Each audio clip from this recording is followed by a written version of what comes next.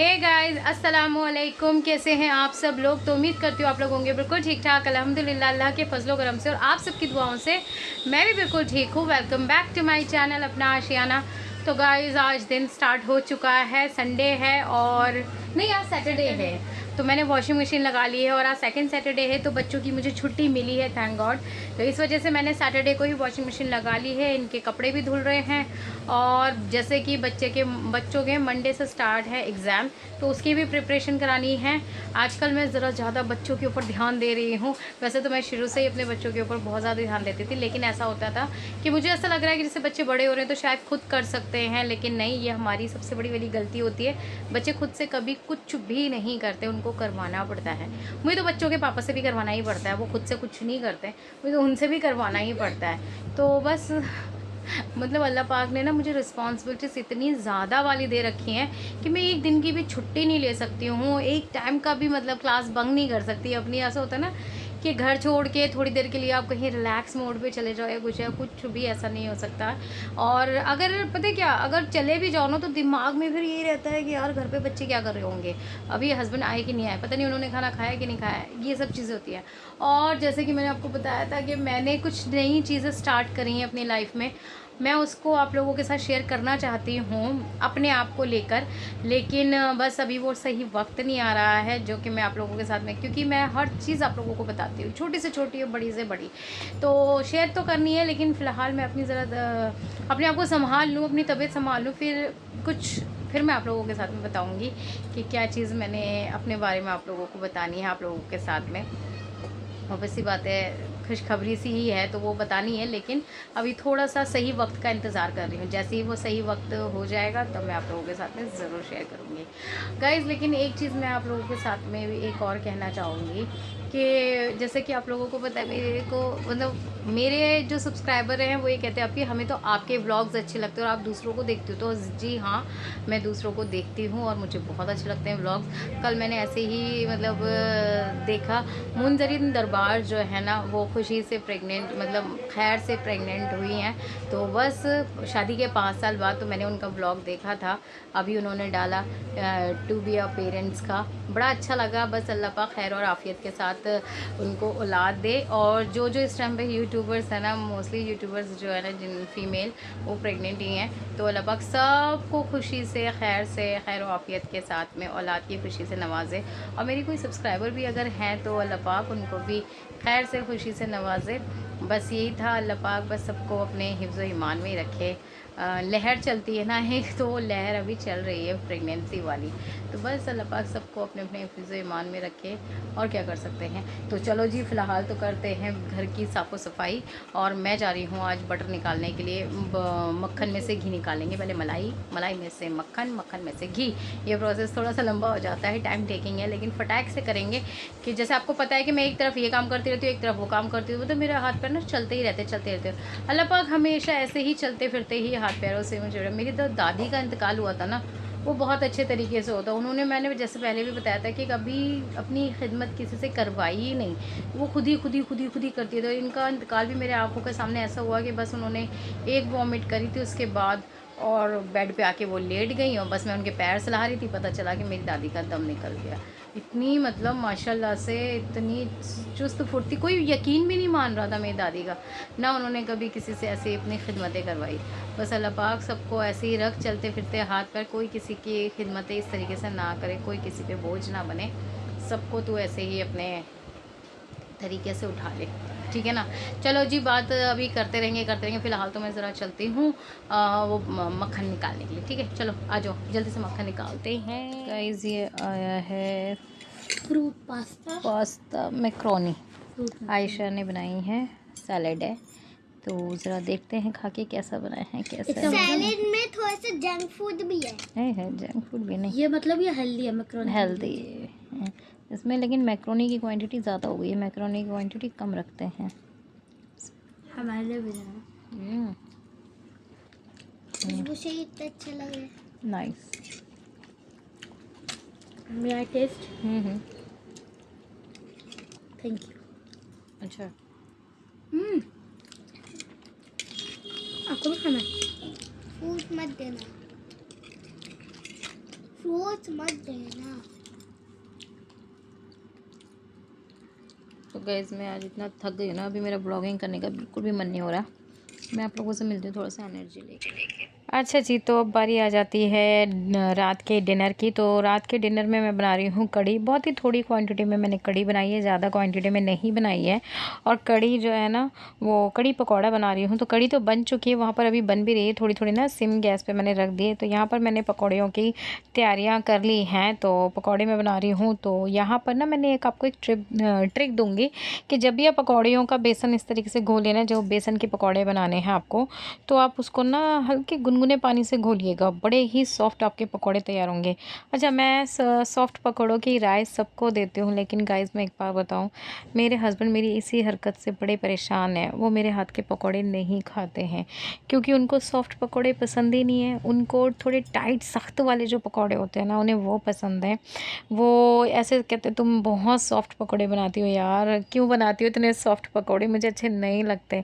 वैसे भी उन्हें पकौड़ियाँ खाना वैसे भी पसंद नहीं है। रमज़ान भर हो जाता है, वो बहुत ही ना के बराबर और कमी के साथ में पकौड़े खाते हैं, और उतना ही उनकी बीवी और बच्चों को बहुत पसंद है ये पकौड़ी। अच्छा, वो कढ़ी में भी पकौड़ियाँ नहीं खाते, वो सिंपल कढ़ी खाना पसंद करेंगे, पकौड़ियाँ वो नहीं लेते हैं।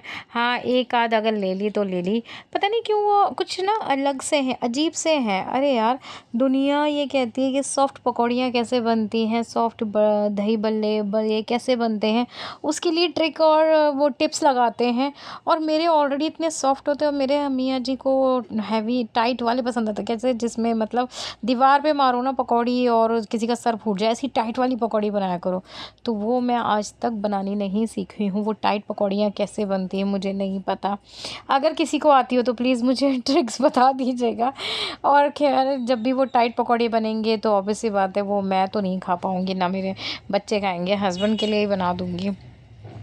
तो यहाँ पर मैंने 2 तरीके का बैटर कर रखा है। ये वाला सिर्फ खाली नमक डाल के मैंने इसकी पकौड़ियाँ बना दी हैं। इसके अंदर मैंने और कुछ भी शामिल नहीं करा है।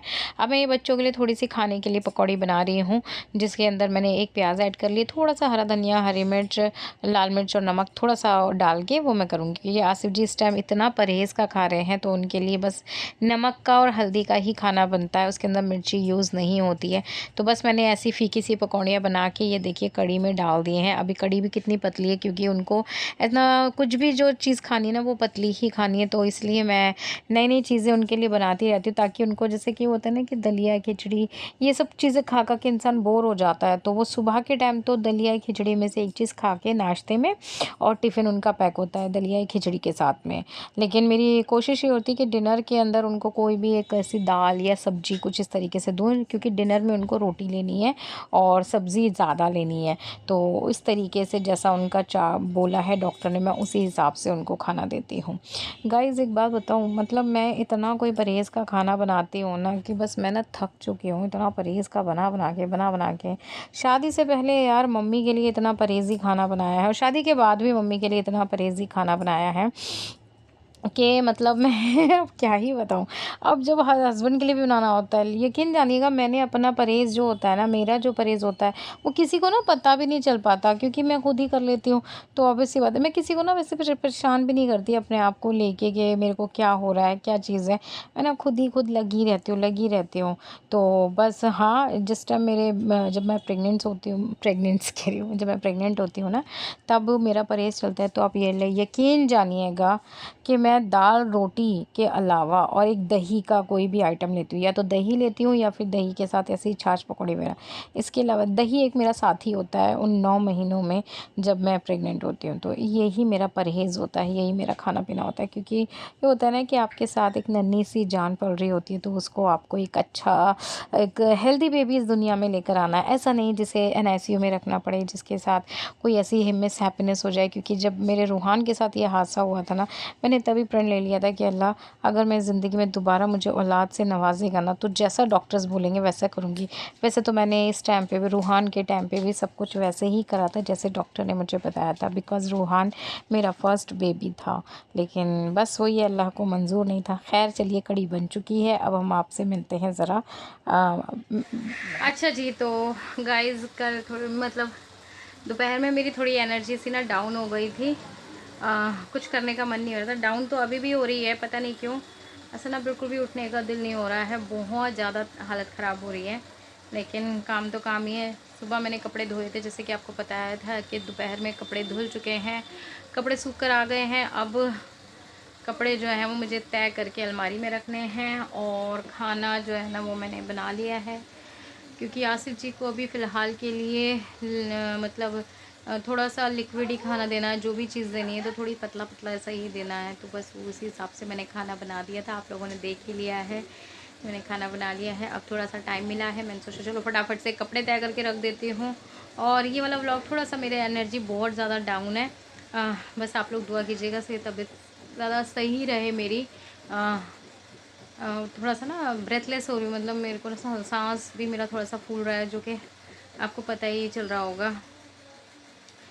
खैर, हर चीज़ का अल्लाह ताला ने टाइम मुकर्रर कर रखा है, जब जिसको जो चीज़ होनी है वो होनी है। बस अल्लाह से अपनी बेहतरी की और आप लोगों की बेहतरी की मैं दुआ ही कर सकती हूँ। अच्छा जी, तो एक चीज़ और कहनी थी कि मेरे कमेंट बॉक्स में एक मेरी बहन है, उनका कमेंट आया था कि अभी उनके कज़न भाई की जो इंतकाल है ना वो 8 दिन पहले हुआ था, तो उन्होंने दुआ करने के लिए कहा था। यकीन जानिएगा बहन, मैंने वो कमेंट आपका पढ़ा है दोपहर में, और मैंने असर की नमाज में बहुत दुआएं की हैं। अल्लाह ताला, पहली बात तो सबसे पहले क्या बोलना चाह रही हूँ मैं, बस वो भी भूल गई। हाँ जी जी, तो सबसे पहले अगर आप किसी की इस तरीके की ख़बर सुनते हैं तो एक ही चीज़ बोलते हैं, वो मैंने दुआ पढ़ ली है। पता नहीं क्यों अभी हो कर नहीं पा रहा मेरे से ना। बस आप लोगों को अल्लाह ताला हिम्मत दे, और आप लोगों को बस अल्लाह पाक हिम्मत दे। और आई एम सॉरी, मैं अभी ब्लॉग को शायद कंटिन्यू नहीं कर पाऊँगी। मैं इस वीडियो को यहीं पे ही एंड कर रही हूँ, क्योंकि मुझे भी जो मैं बोलना चाह रही हूँ वो चीज़ मैं नहीं बोल पा रही हूँ। तो मुझे ऐसा लग रहा है शायद मेरा कल भी बीपी जो है ना वो बहुत ज़्यादा हाई हो गया था रात में, तो मैंने बीपी की 2 टैबलेट खा के तब मुझे नींद आई थी। और फिर एसी जो है ना वो मैंने 20 पे कर रखा था। वैसे तो मैं एसी को पूरा गर्मी हो गया 24 पे ही रखा है, मैंने उसका टेम्परेचर कम नहीं करा था, लेकिन कल रात को ऐसा हो गया था कि मुझे करना पड़ा था। तो चलो जी, बस मैं इस वीडियो को यहीं पे ही एंड करूँगी। इससे ज़्यादा मेरे से अभी ना हिम्मत नहीं हो रही बोलने की। आप लोग बस मेरे लिए भी दुआ कीजिएगा, और अपने दुआओं में मुझे याद रखिएगा। हम आपसे कल मिलेंगे, तब तक के लिए टाटा बाय बाय, अल्लाह हाफिज़ गाइस। प्लीज़ मैं इस वीडियो को बंद कर रही हूँ अभी फ़िलहाल के लिए।